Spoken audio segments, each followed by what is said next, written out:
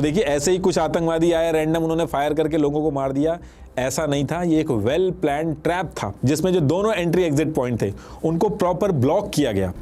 9 बजे बाइसरन वैली की एंट्री खुलती है और पहलगाम से टूरिस्ट अलग अलग होटलों से अपनी अपनी लोकेशन से बाइसरन वैली की तरफ पहुंचना शुरू करते हैं और बाइसरन वैली का जो मेन गेट है यहाँ से टिकट ले लेके बाइसरन वैली में एंट्री लेना स्टार्ट करते हैं और धीरे धीरे करके 1000 टिकट बिक चुके थे और अब इसके बाद दोपहर के 1:30 बज चुके थे और तब तक करीब 400 टूरिस्ट बचे थे इस लोकेशन के अंदर। बाकी सारे जितने थे वो वापस जा चुके थे। किसी को भी बिल्कुल आइडिया नहीं था कि आगे क्या होने वाला है।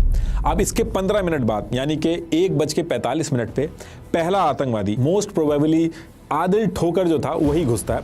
इसकी वगैरह कश्मीरी जो फेरन इसने पहन रखी थी उसके अंदर छुपा रखी थी, तो आराम से पब्लिक के बीच में घुस के इधर ये जो एंट्री एग्जिट गेट है इसकी तरफ जाने लगता है। जैसे ही ये एंट्री एग्जिट गेट पे पहुंचता है ये बंदूक निकाल के हवा में फायरिंग करना स्टार्ट कर देता है। किसी आदमी पे नहीं चलाता है, हवा में कॉन्टिन्यूसली फायरिंग करता है और भीड़ को जो मेन एंट्री एग्जिट गेट है उसकी तरफ ले जाने की कोशिश करता है।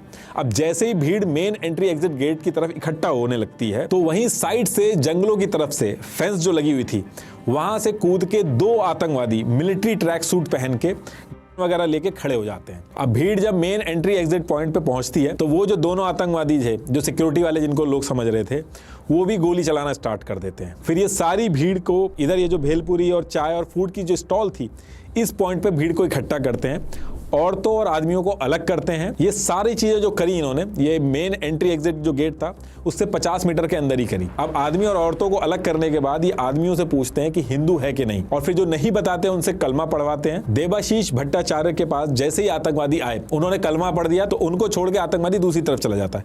एक क्रिश्चियन वहीं बगल में खड़ा था, उससे पैलेस्टीन का जो इशू था उस पर बोलने को कहा गया।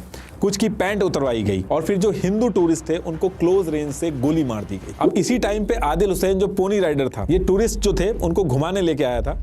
आदिल के एक टूरिस्ट को आतंकवादी गोली मारता है तो आदिल उससे बहस करने लगता है, उसकी गन छीनने लगता है तो आतंकवादी आदिल हुसैन को भी 3 गोली चला के उसकी भी जान ले लेते हैं। इनके पास M4 राइफल थी, AK-47 थी, इनकी बॉडी और पे GoPro कैमरा लगे हुए थे तो ये सारी चीजें रिकॉर्ड कर रहे थे और जिन लोगों की जान चली गई थी उनके साथ सेल्फी ले लेके अपने फोन में रख रहे थे। और भी बहुत सारी चीजें हैं जो मैं बता नहीं पाऊंगा और आप सुन भी नहीं पाओगे। तो ये सारी चीजें ये लोग 20 से 25 मिनट तक इन्होंने की। ये सारी चीजों में 26 लोगों की जान गई। उनके नाम ये हैं। और फिर जब ये सारी चीजें हो गई तो इसके बाद इन्होंने भीड़ में से ही 2 फोन लिए, जबरदस्ती छीने उनसे और उन फोन को लेके लेफ्ट साइड वाली जो वॉल की फेंस थी उसके ऊपर से कूद के जंगलों में भाग गए। अब ये तो भाग गए लेकिन वहां साइड पे चारों तरफ लोग चिल्ला रहे थे, अपनी फैमिली के लिए हेल्प मांग रहे थे, लेकिन दूर दूर तक हेल्प ही नहीं थी कोई।